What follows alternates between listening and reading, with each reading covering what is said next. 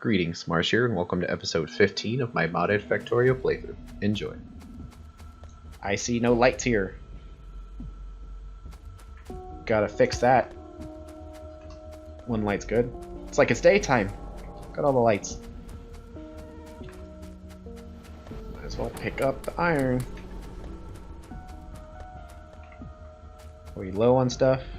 Yep. Wow, completely out.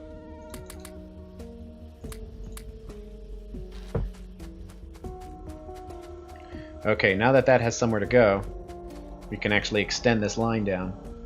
So, where to do it? It's best, like I said previously, to have all of the iron ingots being processed in a different spot than the ore sorting facilities. So, where do we do this ingot processing? Ideally, somewhere between these two locations. That's not a huge pain to take care of.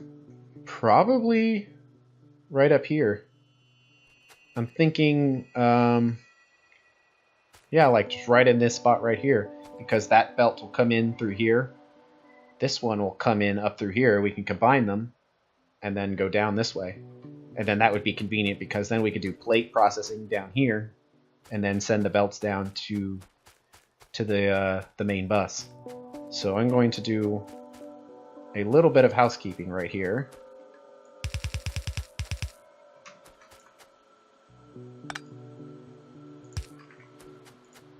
And extend this outwards. Give us a little bit more room.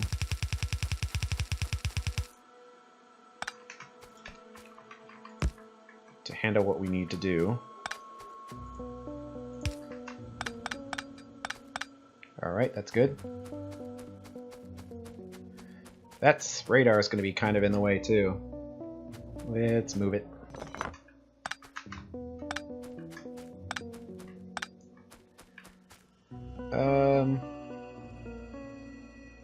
Yeah. I think just right there. It's close enough. Speaking of radars, how are we doing? Wow. Look at all that. We got some little vider nests forming. And we have a really good idea of the continent.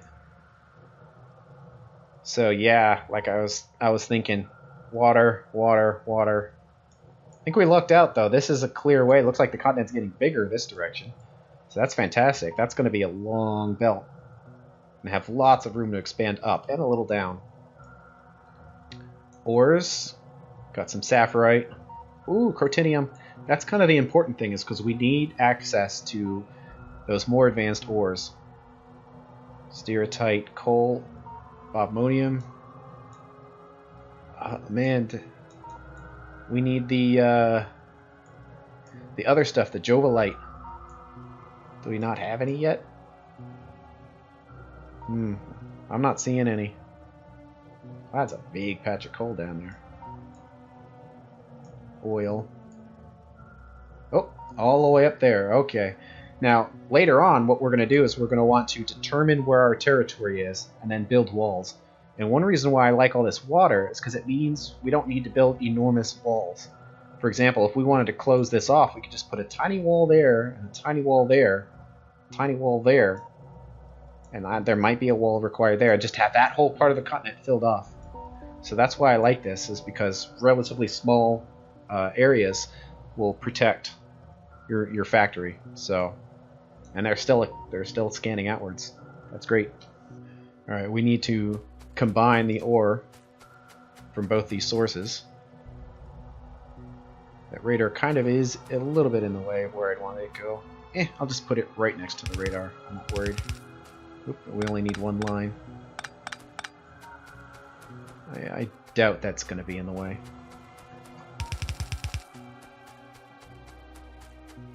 Okay. Yep. Look at that machine going, sorting away. You can see how every time the slag makes it, they pick them up and don't let the slag pass. Which is fantastic. That's exactly what I wanted to see.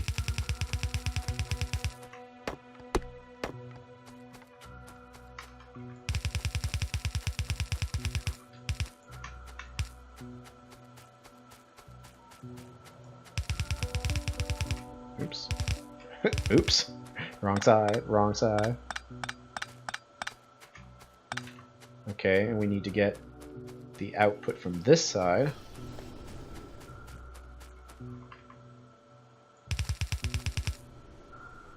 And at this point, we're going to want to start considering having the belts run next to each other to make things compact and clean. And I need to like learn how to hold the mouse straight. There we go. Out of belts. See, look at that. Look at all that. All that stone. That's just like a couple of moments of those machine running. And look at all that. Woo! Oh! One made it past. My math was wrong. I thought I had enough and it was not. Wow. That is crazy. Yeah, I mean, it's not going to be into the world if some stone makes it by. I mean, what's going to happen is all of this is going to clog up anyway, because these machines are all going to get full. So they'll have all the time they need. I'm just surprised that they couldn't pick it up in real time. That one made it past. 2, 4, 8. So yeah. But see, look at that. Every one of these made it past, so yeah. I wasn't joking. My math was correct. I am vindicated. We needed that many. Okay, let's see. We're good on belts. We're good on gears. We need belts. And let's just throw some plates in there. Oh, out of iron again here.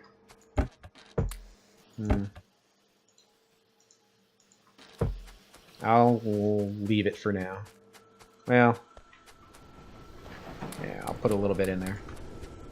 We need to combine these two lines.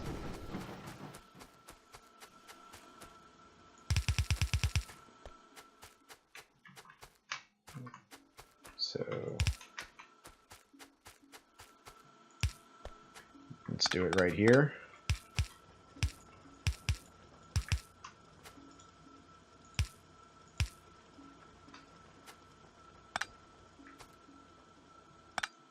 Yeah, I was like, is that really necessary? Kind of.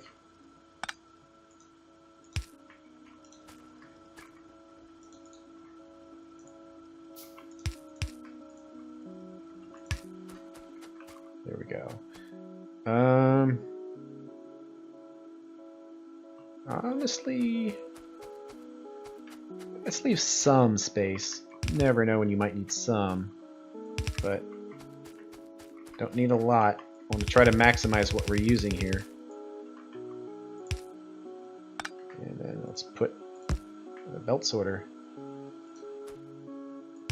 There we go. Now our output is mixed in random, but you could definitely see, like right here, mostly iron, a little bit of copper. And on this side, mostly copper. So right here, just this sorter right here is when we're going to decide what do we want more of. Do we want copper or iron? Most of the time we're going to want to keep iron running. But if we run out of copper, then we could either disconnect iron and hook up copper, or just hook them both up. And then when we start getting copper overload, then disconnect it again. So for now, we're going to have copper overload if I leave it connected. So you can see, even right now, I haven't been running this in a while, and even as slow as it's going, I have too much copper. So we don't want to keep that going.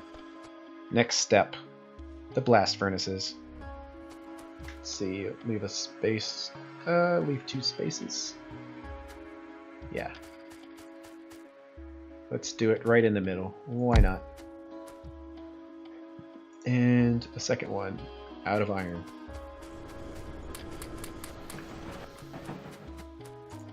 Now the way that we're going to deal with this mixed line is just to have one side, this side here, do copper, and have the other side do iron. That'll be easy enough.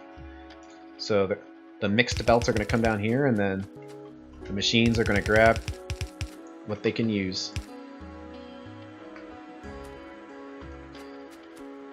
Let's see. Now it's important to mention that these machines require 6 iron ore per second. But we can't really give them 6, because even one side at most, we can only really give them 5 per second. But even that we can't really do because the power poles won't reach the middle if we do that. So that's not really an option, unfortunately. So these are going to actually be a little bit starved. But they shouldn't be a bottleneck because they are already a little too fast. So we should be fine. But nonetheless, it is important to mention that they're going to be kind of starved. And we're going to need to get some fuel in. Right here.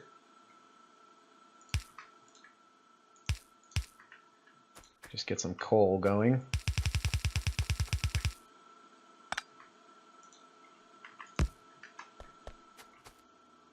Make a few more of these.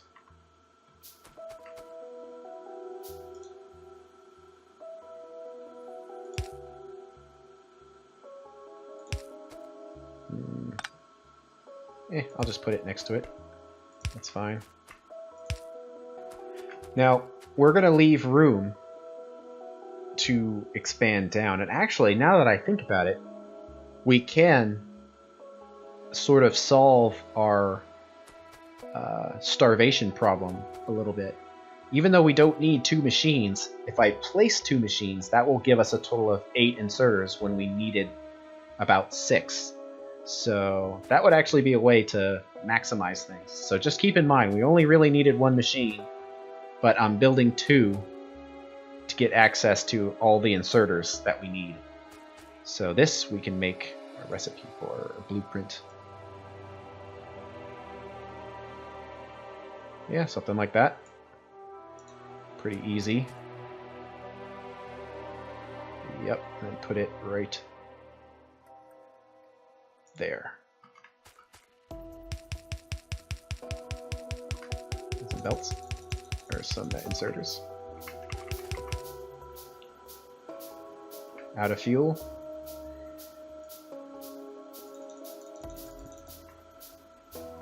And we need blast furnaces.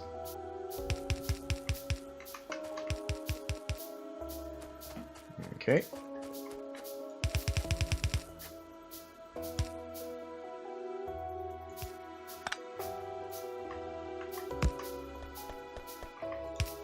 Let's see, let's do just kind of a very simple way to balance things. It's kind of why I space things out that one space like that, because it lets you stick a balancer in there like that and then go on your business. So what I'm trying to do here is just try to inherently balance things as much as possible without requiring any crazy setups, any crazy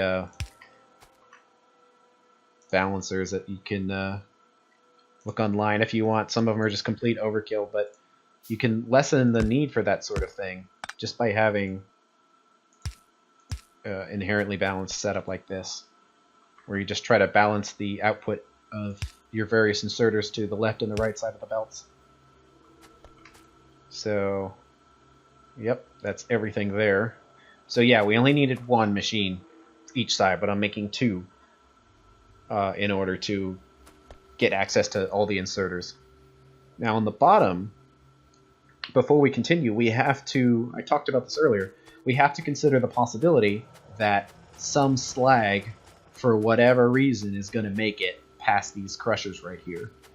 And if they do, when they get to the bottom here, they're just going to clog it and slowly block off access to the different inserters. Let me get some iron here. Just make sure this machine is going. So just as a little precaution,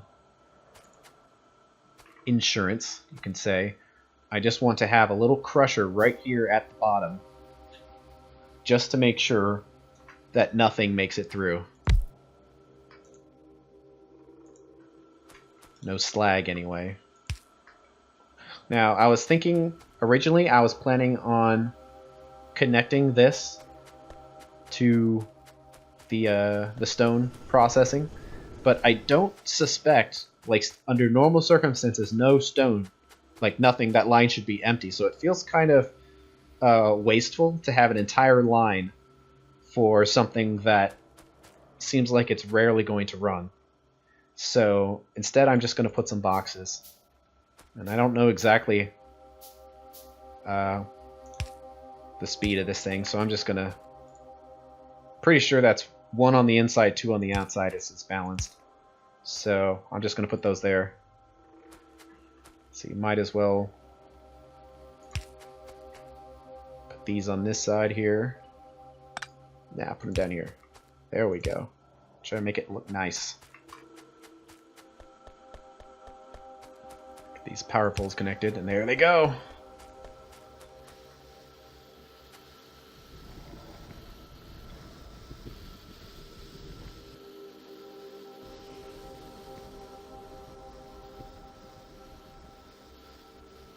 So you see the output now is iron ingots and copper ingots. Also, these blast furnaces use very little coal. And it looks like they just stopped. They use very little coal compared to other methods. So this is, besides that it's slightly more efficient with your materials, you know, going from 66% to 75% efficiency, but it's also much more efficient with coal. So that alone is worth doing it. And this setup will be expandable. Like I said, the ratio is 8 to 3. So if we wanted to expand this to have 8, then we can just put a third machine down here. And assuming we had blue inserters, we would be at the perfect ratio. And all we'd have to do is just kind of slide this guy down a little bit. But see, crushed stone. Some might have got somehow. Some crushed or some slag made it by. You never know how that might happen. Sometimes when you're just building things, that can happen. So I'm going to clear that out. A nice thing also is that these boxes will only hold stuff for slag that makes it by. So you can test it by clearing out the box and then coming back some point later and seeing if the boxes are still empty or not. That'll tell you if any byproducts happen to make it through. It's all coming together. We're about ready to start producing plates, and that'll be on the next episode. See you later.